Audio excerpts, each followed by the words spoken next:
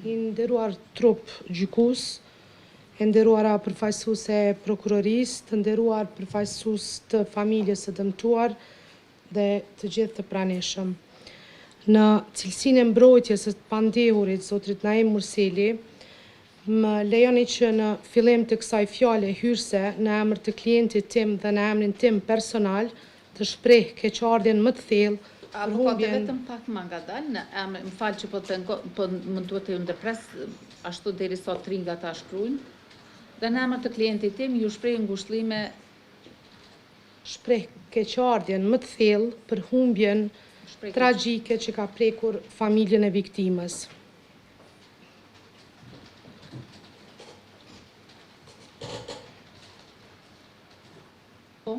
Pavarësisht qëndrimit juridik që do të mbajë mbrojtja gjatë këtij procesi, dhimbja që ka përjetuar familja e dëmtuar është e pamohueshme dhe meriton respekt plot. Këtij procesi, dhimbja që ka përjetuar familja e tani të ndjerës është e pamohueshme dhe meriton respekt të plot. Në këtë fjalë hyrëse, pala mbrojtëse para jush paraqet qëndrimin dhe vlerësimin ligjor, lidhur me rastin penal, vlerësimin dhe qëndrimin ligjor, lidhur me rastin penal ndaj klientit ton, zotrit Naim Murseli, i cili që nga momenti i parë i procedurës ka deklaruar pafajësinë e tij,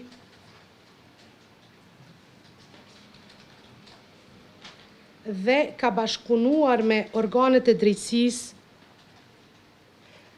duke shpresuar në një trajtim të drejtë, të panshëm dhe të barabartë para ligjit.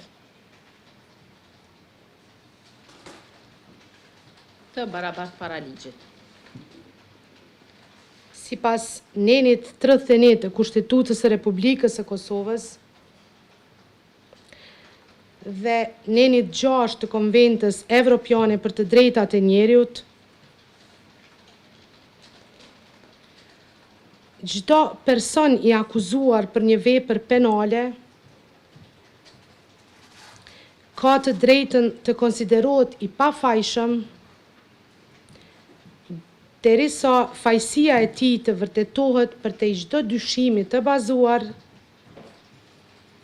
dhe të arsyeshëm.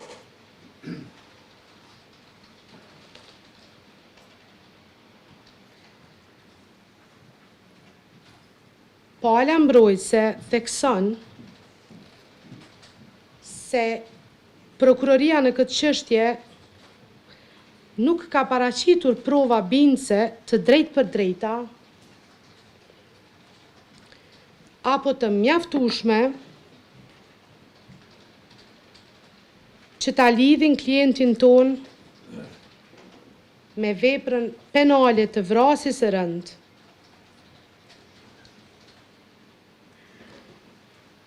Bazimi i aktakuzës në rrethana të përgjithshme, supozime apo interpretime të njëanshme të situatës,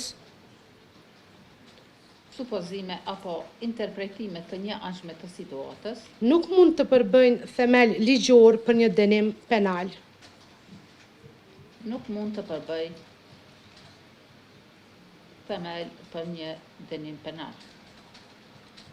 Mbrojtja konsideron se nuk ka prova të drejtë për drejta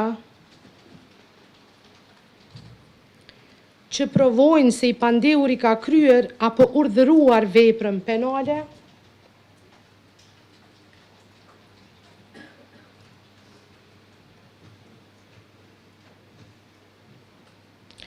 nuk ekziston një lidhje logjike dhe e dokumentuar ndërmjet sjelljes së të pandehurit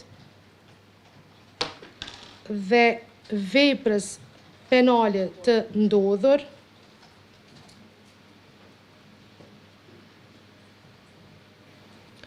argumentet e prokurorisë nuk të i kalojnë nivelin e dyshimit, ndërsa çdo dyshim duhet të interpretohet në favor të pandehurit siç përcakton ligji. Duhet të interpretohet në favor të pandehurit siç përcakton ligji. Një nga elementet themelore të veprës penale të vrasjes së rënd është motivi i veçantë që tregon qëllimin kriminal para pregaditjen apo rrethonat rënduese të veprimit. Prokuroria në këtë rast nuk ka paraqitur asnjë provë apo argument të qëndrueshëm për motivin që mund ta ketë shtyrë të pandehurin drejt një akti të tillë. Të pandehurin drejt një akti të tillë. Në mungesë të një motivi të qartë, pretendimi për veprën penale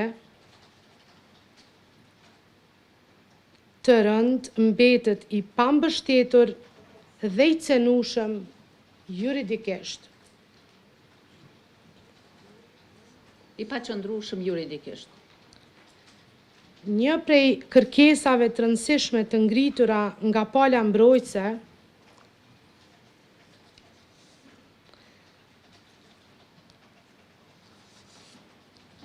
dhe atë parangritjes së akt akuzës ka qenë parashtresa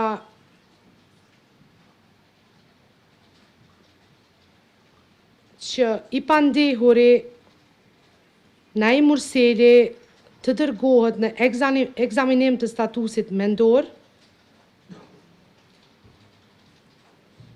e për cilën parashtresë nuk kemi pranuar asnjëherë përgjigje, as nga ana e prokurorisë dhe as nga ana e gjykatës.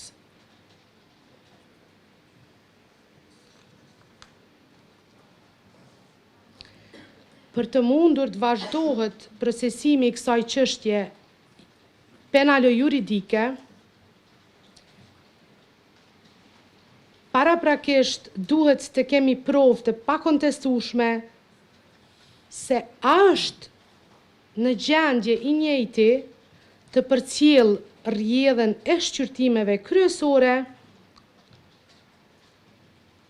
të kuptojë procedurën gjyqësore, të konsultohet me mbrojtësit e tij në shqyrtimet që do të mbahen në këtë çështje penalo-juridike. Andaj konsiderojmë se kur të arrihet sigurimi i kësaj prove që buron nga konstatimi që do ta bëj grupi i ekspertëve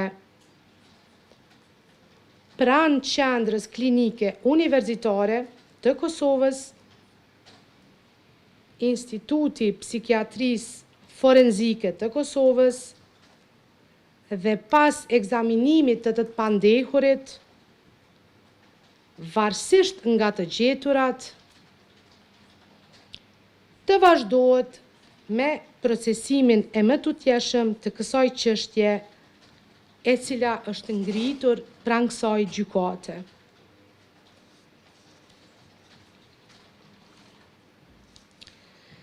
I nderuar trup gjykues, ky proces kërkon maturi, drejtësi dhe panshmëri. Pala mbrojtëse nuk kërkon trajtim të veçantë,